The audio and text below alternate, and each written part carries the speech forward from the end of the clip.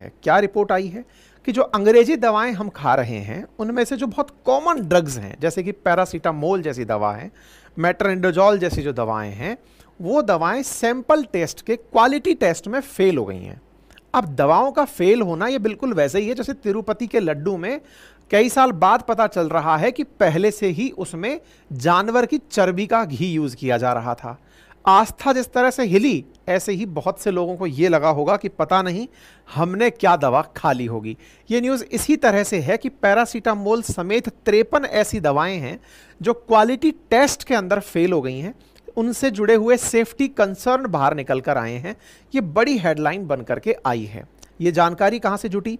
इस जानकारी के बारे में पता चला CDSCO, जो भारत की सरकारी एजेंसी है जो तमाम प्रकार की दवाओं का देश भर में से सैंपल कलेक्ट करके जांच करती है कि मार्केट में जो दवाएं दी जा रही हैं वो सही हैं अथवा खराब हैं।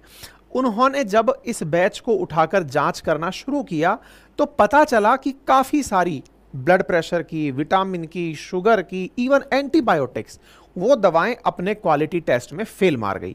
Calcium, vitamin D3 supplement, antibiotics, high blood pressure की दवाएं फेल मार गई। अब ये CDSCO है क्या? तो central drug standard control organisation है, भारत सरकार के अधीन आता है। ये तय करता है कि देश के अंदर दवाएं कैसी होंगी, चिकित्सा उपकरण कैसे होंगे, सौंदर्य प्रसाधन कैसे होंगे। इनका मानकन और नियमन का कार्य यह करता है। भारत सरकार के स्वास्थ्य परिवार मंत्रालय के अधीन कार्य करने वाला एक रेगुलेटरी ऑर्गेनाइजेशन की तरह काम करने वाली एजेंसी है। ठीक है, इसका हेडक्वार्टर नई दिल्ली के अंदर है और इसके मिनिस्टर जो रेस्पॉन्सिबल हैं वो मनसुख मांडविया जी हुआ करते हैं। ठीक है साहब। अच्छा, अब पॉइंट क्या है? पॉइंट ये है कि यहां पर इन्होंने दवाओं के बारे में जांच इकट्ठी की। अब कैसे जांच करते हैं ये? आज मान लीजिए कि इनकी एजेंसी की तरफ से कोई गाड़ी बाहर निकली, जाकर के राजस्थान के किसी शहर में से कुछ दवाएं खरीद ली, फिर पता चल रहा है कि उड़ीसा में से कुछ खरीद ली, भोपाल से कुछ खरीद ली, महाराष्ट्र में जाके कहीं कुछ खरीद ली, चेन्नई में जाके कुछ दवाएं खरीद ली। ऐसे देश भर में से दवाओं को परचेज किया जाता है और उनको फिर सैंपल टेस्ट के लिए भेज दिया जाता है। ऐसा इसलिए ताकि किसी भी तरह की कंपनी का अगर कोई भी माल देश में बिक रहा है तो वो इक्वली डिस्ट्रीब्यूट हो रहा है या नहीं हो रहा, फेयर डिस्ट्रीब्यूशन हो रहा है या नहीं हो रहा, इस तरह से इन दवाओं को बेचा जाता है। अब इसमें इंटरेस्टिंग बात यह है, 53 दवाओं में से 48 दवाओं के बारे में तो ये जानकारी निकल कर आ गई है कि उनमें कुछ ना कुछ प्रकार की गलतियां हैं। 5 दवाओं कंपनियों ने तो अपनी तरफ से कहा है कि ये मेडिसिन ही हमारी नहीं है। इनमें से प्रमुख दवाएं कौन सी हैं? जैसे एंजाइटी के दौरान यूज होने वाली क्लोनाजेपाम टैबलेट, दर्द के निवारण के लिए उपयोग में होने वाली डाइक्लोफेनेक, एब्राक्सोल, फ्लुक्सोनाजोल, कई ऐसी ड्रग्स भी इसके अंदर शामिल हैं जैसे पैरासीटामोल, डायबिटीज की दवा जिसका नाम है ग्लैम्पिराइड, हाई ब्लड प्रेशर की दवा जिसका नाम है ट्रेमिसर्टन, एंटी एसिड पेंडी, vitamin C soft gel, vitamin B complex, tablet Shelcal जो D3 का आता है वो। इसकी एक पूरी लिस्ट जारी हुई कि कौन सी दवा किस तरह से फेल हुई। अब इसको थोड़ा सा गहराई में समझते हैं। दवा फेल होने का मतलब यह नहीं है कि कंपनी ने माल बेकार बना दिया। कंपनी ने माल बेकार बनाया नहीं या बनाया, यह जांच का विषय अब है। क्यों?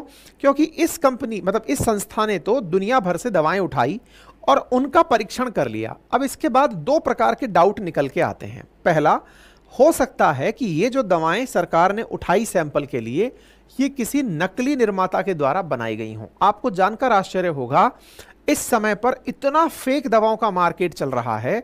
मतलब अभी मैं एक केस भी आपको बताऊंगा इसी सेशन में, जहां पर टेल्कम पाउडर जो है ना, उसको एंटीबायोटिक की गोली में बंद करके लोगों को खिलाया जा रहा था। मतलब यह है कि कुल मिलाकर आप जो दवा ले रहे हैं वो उस कंपनी ने बनाई है या नहीं बनाई है।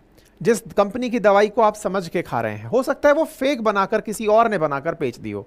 जैसे आजकल आप फर्जी तेल, घी ये सब सुनते हैं, ऐसे ही फर्जी दवाइयां भी, जो बड़ी दवाइयां मार्केट में प्रचलन में हैं, उनको वैसे की वैसे पैक करके सेम प्रकार की ब्रांडिंग करके दुकान को मार्केट में उतार दिया जाता है।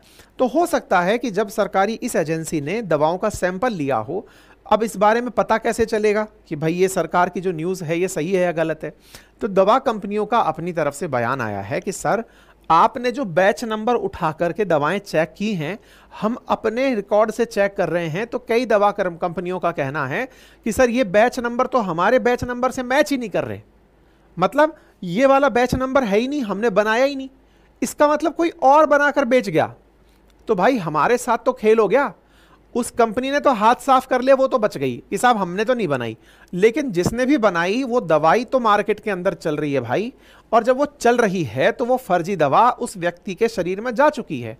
उसको असर किया या फिर उसका नुकसानदायक असर हुआ, ये तो अब आने वाला समय बताएगा। मतलब इस समय इतना ज्यादा कालाबाजारी चल रही है दवाओं के मार्केट में कि आपके सामने जो प्रमुख प्रमुख दवाएं हैं, जैसे एमोक्सिलिन, हो सकता है आप में से बहुत से लोग जानते भी हों, यूज भी करने वाले हो। कैल्शियम की दवाएं बड़ी कॉमन यूज होती हैं, पैरासीटामोल, मॉन्टेक एलसी, हर किसी के जबान पर रहने वाली जो दवाएं हैं उनके अंदर पता चल रहा है कि उनका क्वालिटी टेस्ट फेल मार जा रहा है। ठीक है,